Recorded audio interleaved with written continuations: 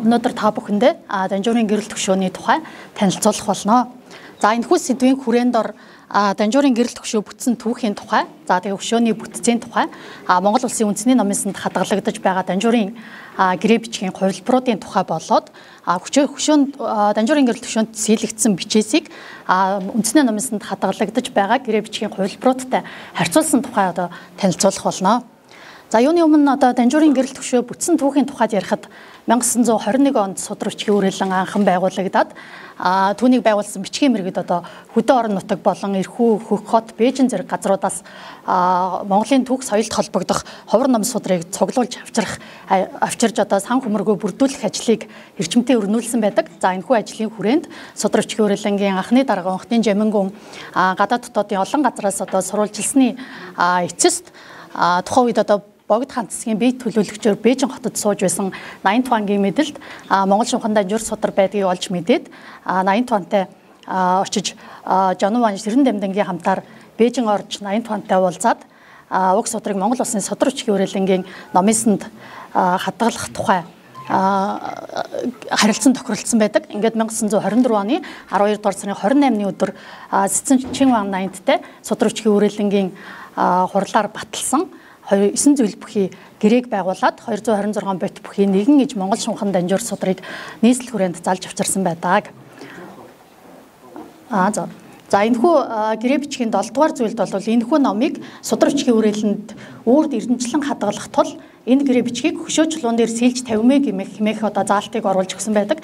За энэхүү заалтын дагуу энэ заалтыг биелүүлэхээр судар бичгийн үрэлэнгийн анхны дарга Онхтын Жамингун тухайн үед судар бичгийн хүрээлэнд ажиллаж исэн Дэндүү гэдэг хүнийг дуудаад за чи Данжуурын гэрэл төгшөөг хий, соёлын ийм дурсгалт зүйлтэй нэрээ холбох гэдэг ховорхон хэрэг шүү. Амьд яваа насандаа үнийг хийхэд өгсөн хойнчин ч үеийн үед нэр чин дурсагдах болно гэдэг гээд Данжуурын хөшөөг бүтээх саналыг Дэндүүгад тавьсан байдаг. За энэ Дэндүүгээ бол багасаа монгол бичиг манж бичгийг одоо сурснаас гадна судар бичгийн үрэлэнд бичээж Богд эзэн хаанд айлтгах, бичгийн их зохиох, эрдэм шинжилгээний ажил хийх, амьтны чихмэл хийх зэрэг ажлуудыг хийж гүйцэтгэхийн зэрэгцээ чулуун дээр бурхан сийлэх, зураг зурах, сийлбэр хийх, дарах хийх зэрэг одоо гарын урд үтэй авьяастай нэгэн байсан гэдэг. За тэгээд тэрээр одоо Жамингуны одоо хүсэлтийг, саналыг одоо хүлээн аваад дамт даржааг хийдийн ойролцоох бичээс төгшөөг дуурайлан зураг төслөөг хийж хэлбэр маяга Жамингунаар батлуулаад улмаар 3 борийн улаан толгой гэдэг газараас боржин чулуу олж авчран гэрэл төгшөө босгох ажилдаа шамдан орж тасралтгүй 3 сар ажилласны эцэст тодорхой шалтгааны улмаас сүүлийн 64 үгийг сэлж чадалгүй дутуу барьсан байдаг. За энэ болохоор бусад өгүүллүүд дээр 64 үсэг гэж яваад байдаг. За энэ дөр болохоор би 64 үг гэж авсан байгаа. За энэ болохоор өөрийнх нь Дэндүүгайн дурдтгалд тэмдэглэснээр сүүлд одоо дахиж хийхдээ хэсэг хугацаанд завсарлаад буцаж энэ Данжуурын гэрэл төгшөөг хийхдээ хэлбэр маяг жоохон муутай болсон гэж өөрийгөө голонгуй байдалтайгаар бичсэн байдаг. За энийг нь яг ингээд тухайн хөшөөний бичээсэгтэй одоо харгуулад үзэхэд одоо юу яасан байдаг. Тий ялгалын нөхцөлийг одоо тусдан тоолоод нэгддээ 64 үгийг дутуу барьсан байдаг юм байнамаа. За тэгээд 64 үгээ сийлж чадалгүй дутуу бариход энэ хугацаанд одоо өөрийнхөө түүний одоо сийлсэн хөшөө тухайн үед одоо хүрээлэн байрлаж байсан Дархан вангийн хашаанд дараа нь голын музейд хэсэг зур хадгалагдаж байсан. За тэгээд Дэндүүгээ өөрөө тэрхүү хөшөөгөө одоо хаана байрлаж байгааг хараад хизээ нэгэн цагт энэхүү хөшөөг бүтээж дуусгана гэдэг бодолтой явдаг байснаа мөн дурдтгалтаа бичиж үлдээсэн байдаг. За ингээ хожим 1955 онд хүрээлэнгээс Данжуурын гэрэл төгшөөг одоо дуусгах хүсэлтийг тавьсны дагуу Дэндүүгээ 64 настай байхдаа сүүлийн 64 үгийг одоо бүтээж сийлж дуусгаснаар Данжуурын гэрэл төгшөө бүтсэн түүхтэй юм аа. За Данжуурын гэрэл төгшөөний өндөр нь бол нийтдээ метр 2 метр 48 см өндөртэй. За тэгээд титэм, суур, бичээс бүхий гол самбар гэдэг одоо 3 хэсгээс бүтдэг. За титэм хэсэгт 2 луг өөдөөс нь харуулan бие ороосон байдалтайгаар дүрсэлсэн байдаг бол суур хэсэгт бадамлын ухаа цэцгэн суурин дээр нөмрөг унжуулсны голд нь унжуулсныг одоо алхан хийгээр хүрээлээд түүний дунд цэцэг сийлсэн. За тэгээд бичээс за энэхүү гол самбар хэсэгт бол Данжуурын гэрээ бичгийг сийлсэн бөгөөд үүний өвөр талд нь гэрээ бичгийн үндсэн хэсэг болоод нэгдүгээр зүйлээс 5 дугаар зүйлийг 13 мөрд багтаан.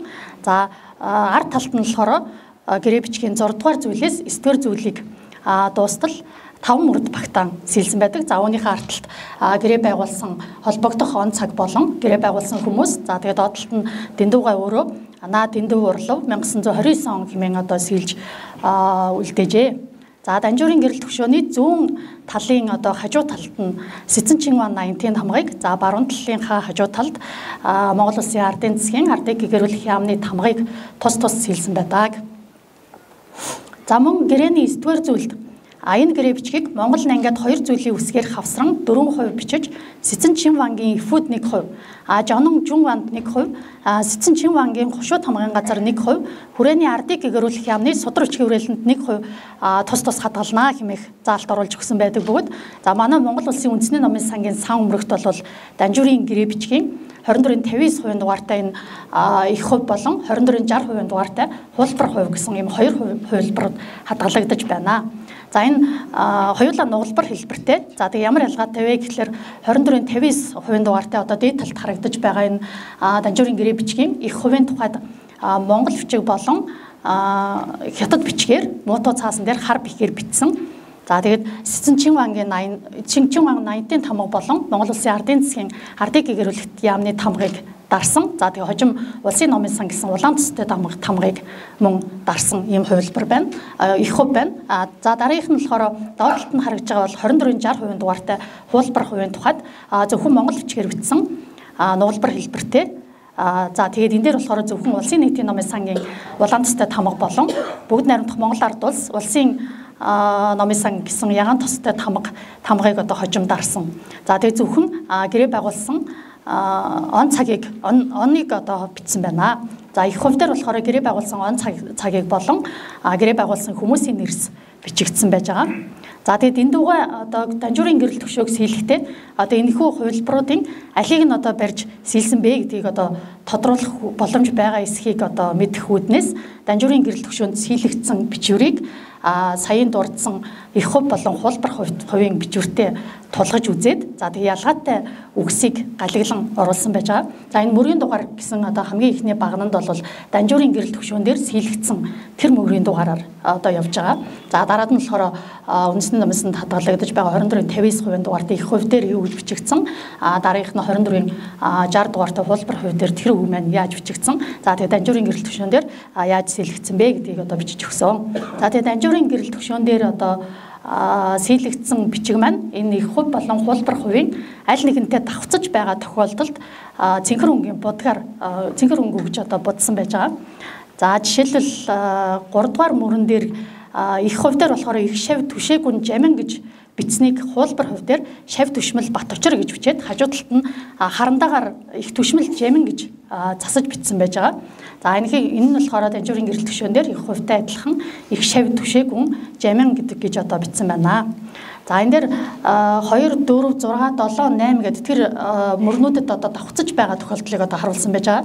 За эдгээр мөрнүүд дээр монгол бичигт ижлэхэн бичигддэг дээтэй үсгийг энэхүүрээ Данжуурын гэрэл төгшөөн дээр ялгаж хэвтээтэй үсгээр бичсэн тохиолдол нэлээд байна. За энэ болохоор энэ Данжуур гэдэг үгэн дээр харагдаж байна. За тэгээд энэ дахин дээр гэдэг үгнүүд дээр мөн давтагдаж байгаа. За мөн Монгол тий ялгалын нөхцөлийг өмнөх үгтэй хамтд нь болон өмнөх үгээс тусад нь бичсэн байна. Энэ жишээлбэл 8 дугаар мөр дээр нарт гэдгийг хамтд нь бичсэн, 7 дугаар мөрөн дээр үүнийг гэдгийг тусад нь бичсэн байх жишээтэй. За гэхдээ эдгээр маань бол ямар нэгэн алдаа мадаг биш юм а гэдгийг тэмдэглэхийн зүйтэй болов уу гэж бодож байна.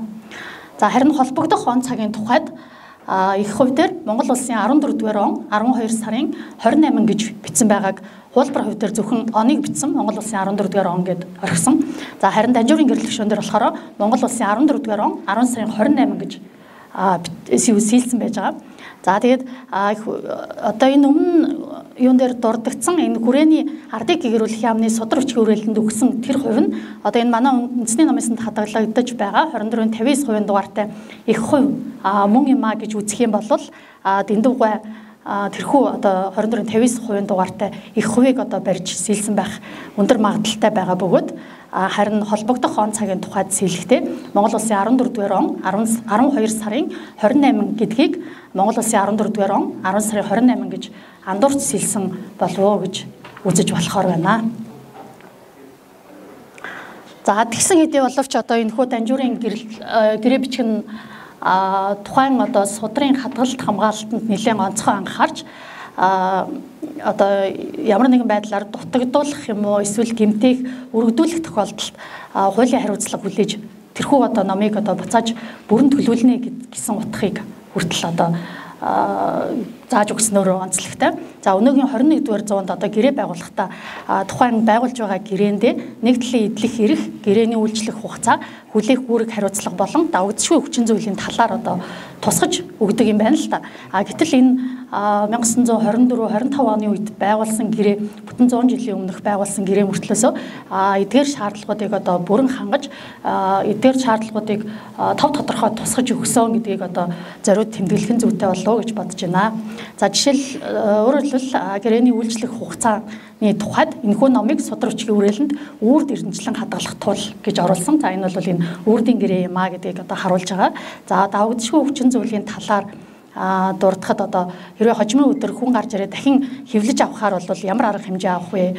За тэгээд ямар худалдах алга болох тохиолдолд за тэгээд сүйтгэж шивдэрчих юм бол одоо ямар гэмтэх юм бол ямар хариуцлага хүлээж ямар арга хэмжээ авах вэ гэдгийг хүртэл одоо зааж өгсөн тийм өгсөн нь энэхүү гэрээ бичиг болоод Данжуурын гэрэл төвшөөний ач холбогдол оршино гэж үзэж байна. За тэгээд Данжуурын гэрэл төвшөө маань дэлхийн үеийн баримт мэдээллийг агуулснараа номд зориулсан бүтээгдснээрээ номын эзэмшигчийг улсын номын сан болгон хөшөөнд сэлснээрээ за тэгээд тухайн одоо судрын хадгалалт хамгаалтыг үрдийн гэрээнд тусгаж үрд дагаж мөрдөх тухай мөнхөлснөөрөө ЮНЕСКОгийн дэлхийн дурсамж хөтөлбөрийн олон улсын баримтад өвд 2017 онд бүтээгдсэн байна. За анхаарал тавьсанд баярлалаа.